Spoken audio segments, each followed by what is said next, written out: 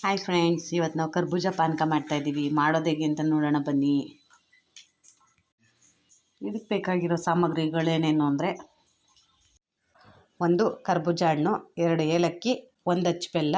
ನಾನು ಈ ಬೆಲ್ಲನ ಈ ಥರ ಪುಡಿ ಮಾಡಿ ಇಟ್ಕೊಂಡಿದ್ದೀನಿ ನೋಡಿ ಫ್ರೆಂಡ್ಸ್. ಇವಾಗ ಮಾಡೋದು ಹೇಗೆ ಅಂತ ಹೇಳ್ತೀನಿ, ಬನ್ನಿ ನೋಡೋಣ.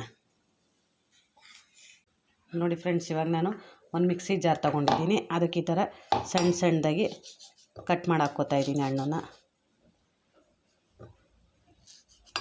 ಈ ಥರ ಎಲ್ಲ ನೀಟಾಗಿ ಸಣ್ಣದಾಗಿ ಕಟ್ ಮಾಡಿ ಹಾಕ್ಕೊಳ್ಳೋಣ.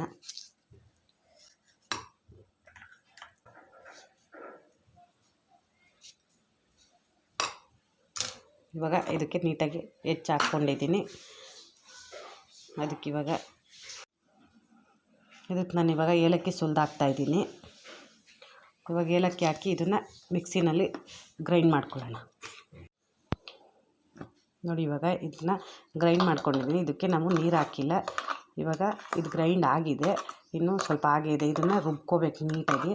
ಇವಾಗ ಇನ್ನೊಂದು ಸ್ವಲ್ಪ ಮಿಕ್ಸಿನಲ್ಲಿ ಗ್ರೈಂಡ್ ಮಾಡ್ತೀನಿ. ನೋಡಿ, ಇವಾಗ ನುಣ್ಣಗಾಗಿದೆ. ಮತ್ತು ನಾನು ಮಿಕ್ಸಿಗೆ ಹಾಕ್ಕೊಂಡಿದ್ದೀನಿ. ನಾವು ಇವಾಗ ಇದಕ್ಕೆ ಬೆಲ್ಲ ಹಾಕ್ಕೋಬೇಕು. ನಾನು ಬೆಲ್ಲನ ಚಚ್ಚಿ ಪುಡಿ ಮಾಡಿ ಇಟ್ಕೊಂಡಿದ್ದೀನಿ, ಅದನ್ನು ಹಾಕ್ತಾಯಿದ್ದೀನಿ.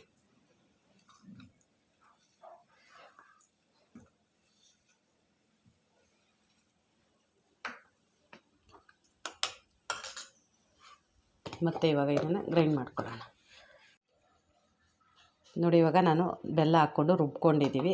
ನಾವು ಇದಕ್ಕೆ ಸಕ್ಕರೆ ಹಾಕಿದ್ದಿದ್ರೆ ಕಲರ್ ಚೇಂಜ್ ಆಗ್ತಿರ್ಲಿಲ್ಲ. ಬೆಲ್ಲ ಹಾಕಿರೋದ್ರಿಂದ ಕಲರ್ ಚೇಂಜ್ ಆಗಿದೆ, ಬೆಲ್ಲದ ಕಲರೇ ಬಂದ್ಬಿಟ್ಟಿದೆ. ಇವಾಗ ಇದನ್ನು ನಾನು ಮಿಕ್ಸ್ ಮಾಡ್ಕೊತೀನಿ. ನಮಗೆ ಎಷ್ಟು ನೀರು ಬೇಕು ಅಷ್ಟು ಹಾಕಿ ಇದನ್ನು ಮಿಕ್ಸ್ ಮಾಡ್ಕೊಳ್ಳೋಣ. ನಾವು ಇದಕ್ಕೆ ಬೆಲ್ಲ ಹಾಕಿರೋದ್ರಿಂದ ಇದು ಪಾನಕ, ಅದೇ ಸಕ್ಕರೆ ಹಾಕಿದ್ರೆ ಇದು ಜ್ಯೂಸ್ ಆಗುತ್ತೆ. ಆವಾಗ ಕಲರ್ ಚೇಂಜ್ ಆಗೋಲ್ಲ. ಬೆಲ್ಲ ಹಾಕಿರೋದ್ರಿಂದ ಕಲರ್ ಚೇಂಜ್ ಆಗಿದೆ.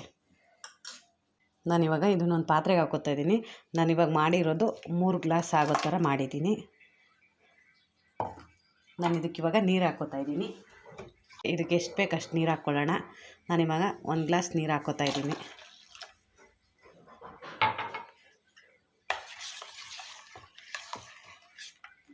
ನೋಡಿ, ನಮಗೆ ಎಷ್ಟು ಬೇಕು ಅಷ್ಟು ನೀರು ಹಾಕ್ಕೊಂಡು ಹದ ಮಾಡ್ಕೊಳ್ಳೋಣ.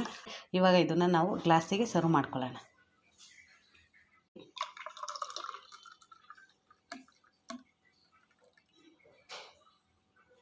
ನೋಡಿ ಫ್ರೆಂಡ್ಸ್, ಕರ್ಬೂಜ ಪಾನಕ ರೆಡಿಯಾಗಿದೆ.